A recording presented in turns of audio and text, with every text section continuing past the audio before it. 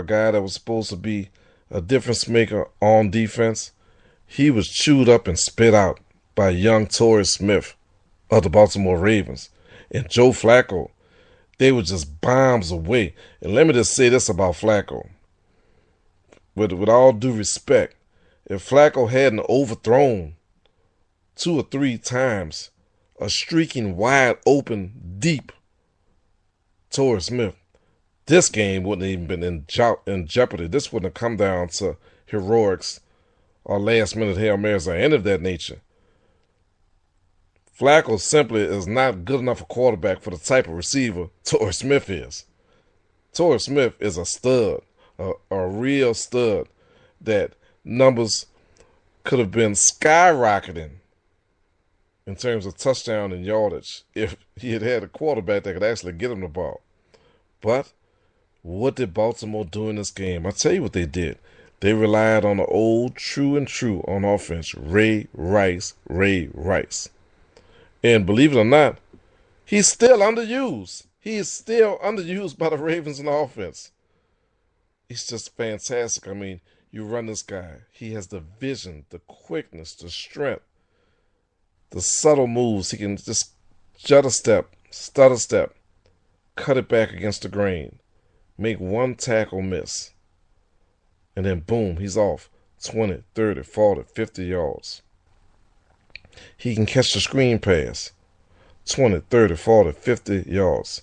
I mean, he's a rare combination. He's durable, he's strong, explosive, and has the speed to beat linebackers and defensive linemen down the field. Flacco, yes, he got the ball to Torrey Smith, but he didn't get the ball to Torrey Smith enough. Too many big, blown plays. Same thing with Anquan Bolden. You're talking about a guy, arguably more of a possession receiver, but a guy that has probably the strongest hands in the NFL. If you want a ball caught and you need a first down, or you need a 3rd and 12 or 3rd and 15, and you put this ball anywhere near anyone in the NFL from the wide receiver spot, I'd put my money down on Anquan Bolden. That's just how good he is. People forget, but that Super Bowl run of the Cardinals, it wasn't just Graham. It wasn't just Larry Fitzgerald. It was Anquan Bolden. This is a tough guy. And Flacco simply, he doesn't utilize what he has at his disposal. He's a good receiver. He's strong in terms of his ability to throw the deep ball, but not as accurate as he should be. If this was Drew Brees, if this was Aaron Rodgers, if this was Tom Brady, they might have put up 50 points on the Ravens defense. On the Broncos defense. But it wasn't. Ray Lewis, riding the emotional roller coaster along with this team of his retirement, the last game played at home last week in Baltimore. You thought, are they going to come out flat? Or are they just going to come out and simply not be able to beat Peyton Manning? Because guess what? There were a lot of skeletons in going up against Peyton Manning. Early in the season, a few weeks ago, basically got humiliated by the Denver Broncos. But not this time. The defense did just enough. But even when this game was lost, it was dead and gone for the Ravens. Joe Flacco is allowed to step up in the pocket with a heavy rush. The game just about done, over. A Hail Mary. And you have a safety that simply doesn't get deep enough. And he allows Jacoby Jones. That's the ironic part. Jacoby Jones. Not Torrey Smith, not Anquan Bolden, but Jacoby Jones to get deep.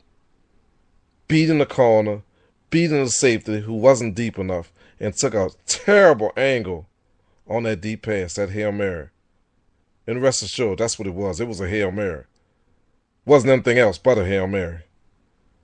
But the Hail Mary fell into his pocket. Boom. Boom. Like that. Like that. So all of a sudden, what was thought to be the end, the Ravens lived again. They lived again because of that. Because Ray Rice thought it was over. It was done. The career, the overcoming injury after injury over the 17, 18 seasons, everything. Everything that he fought for. I wonder, though, what are they going to have left? It was bad enough. You know, it's hard enough to be a wild card in the Ravens and to win 3 games on the road to the Super Bowl. That's hard enough in itself, that type of feat, that type of hat trick. But you have this draining of emotion, blood, sweat, and tears and prayers, given the fact that every game potentially is the last one for Ray Lewis. At home the week before. Last hometown home game, playoff game, any game. Come back, go on the road. Brutal cold. Thought the game was over, done, lost, career over. Miraculously, Denver allows them to come back in the game, and they win. How much strength and energy does one team have that will allow them to get up yet again for the AFC Championship game against the Patriots? Man, if they're able to do that, boy, I tell you what, I'd be shocked. Even with the injury to Gronkowski, I'd be shocked if they're able to ride the emotion of 2 straight games like that in the playoffs, on the road, Ray Lewis at his end, at door's end, and come back and have enough emotion to do it one more time. Anything's possible, but I don't see it. And Peyton Manning, if you saw the press conference, I mean, you got to feel for him. You know, I know he's saying to himself, Peyton is saying, I came back after 5 neck surgeries. Brutal, year-round, year-long. 16 months, year and a half, rehab. Still don't have the strength that I once had in my arm. Still don't have the feeling and the touch that I once had. But I'm still able to put together a potential comeback player of the year performance. Still able to put down a potential MVP performance season for the Denver Broncos. Still able to get the #1 seed. Still able to get a bye. Still put my team in a brutal cold, which I prepared for by dipping my hand in ice. That's right, dipping my hand in ice and throwing the ball to mimic these frozen conditions that I was going to face yesterday. Did all of that. And I lose it because of safety. Doesn't have the sense enough to do the basic prevent defense and #1 rule at the end of a game when it's in hand. Don't let a receiver get behind you. Don't let the receiver get behind you. And that's exactly what he did. That's exactly what he did. Wow. That has to be a bitter, bitter, bitter pill to swallow. But it is what it is, Peyton. It is what it is. Okay, we're going to take our final break, and when we come back, we'll talk about the Atlanta Falcons and that big clutch miracle last-second victory. And we'll pay some bills, and we'll be back with the Sports Parade Magazine Daily Podcast. Got a pissed off. A lot of rappers out, but ain't none near raw. They like, hey, look at T.I. Ballin' in the V.I. Bunch of bad raw with them looking like a Leo. We just pull up, hop out, go in, show out. Buy the whole bar, pop bottles, go hard. This club so packed. These girls so drunk. This club so packed. These girls so drunk. This club so packed. These girls so drunk. I got a bottle, got a bottle, got a honey, and I start ball.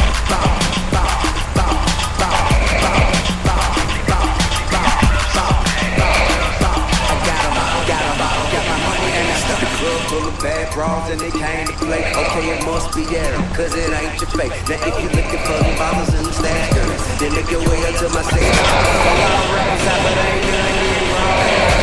T.I. Ballin' in the V.I. Bunch of bad bras and I'm looking like a Leo. We just pull up, hop out, go in, show out.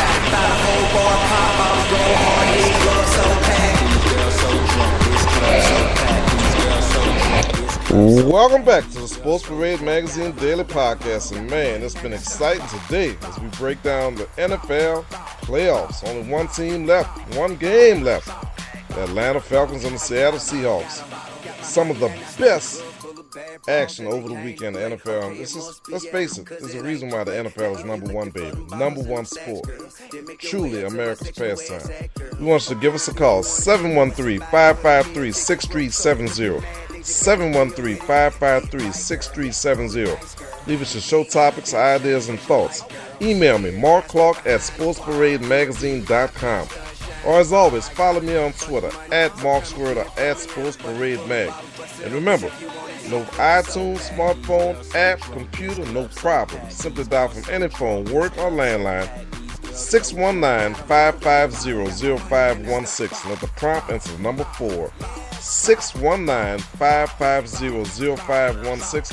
Enter the prompt 4, and you'll be connected with the Sports Parade Magazine podcast 24/7 from the comfort of your own home. America's fastest growing podcast. Well, the Atlanta Falcons, let me tell you, I got to do a mea culpa. I got to do a mea culpa for all of my Falcon fans because I thought this game was over. And in truth, my Falcon fans, my friends, my family, y'all thought the game was over too. Y'all thought the game was over too. And anybody out there say I'm not going to call them a liar, but if you got a Hall of Famer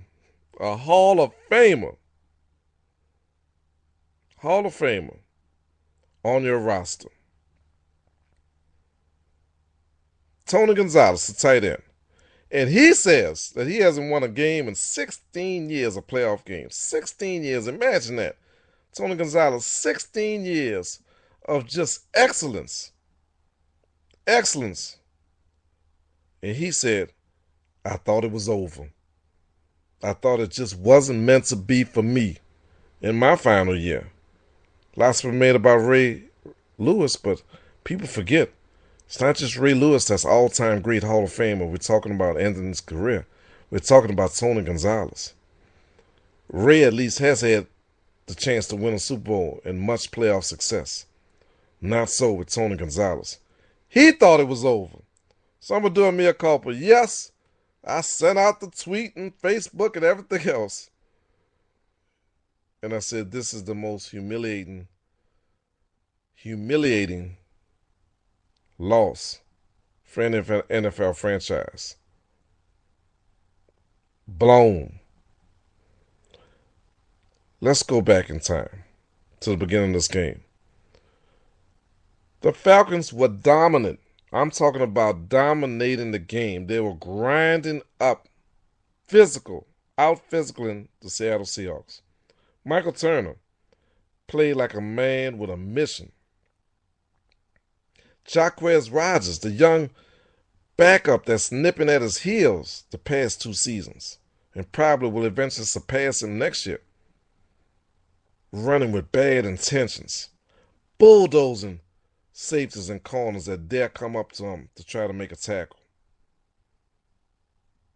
Matty Ice, the nickname I can't stand because the bar ain't exactly ice when it comes down to crunch time. But despite that, he was playing well, getting the ball to Tony Gonzalez, who had a end zone catch where he got the toes down. It's just brilliant, particularly for a player that's been in the league 16 years in his age. Julio Jones, just doing what Julio Jones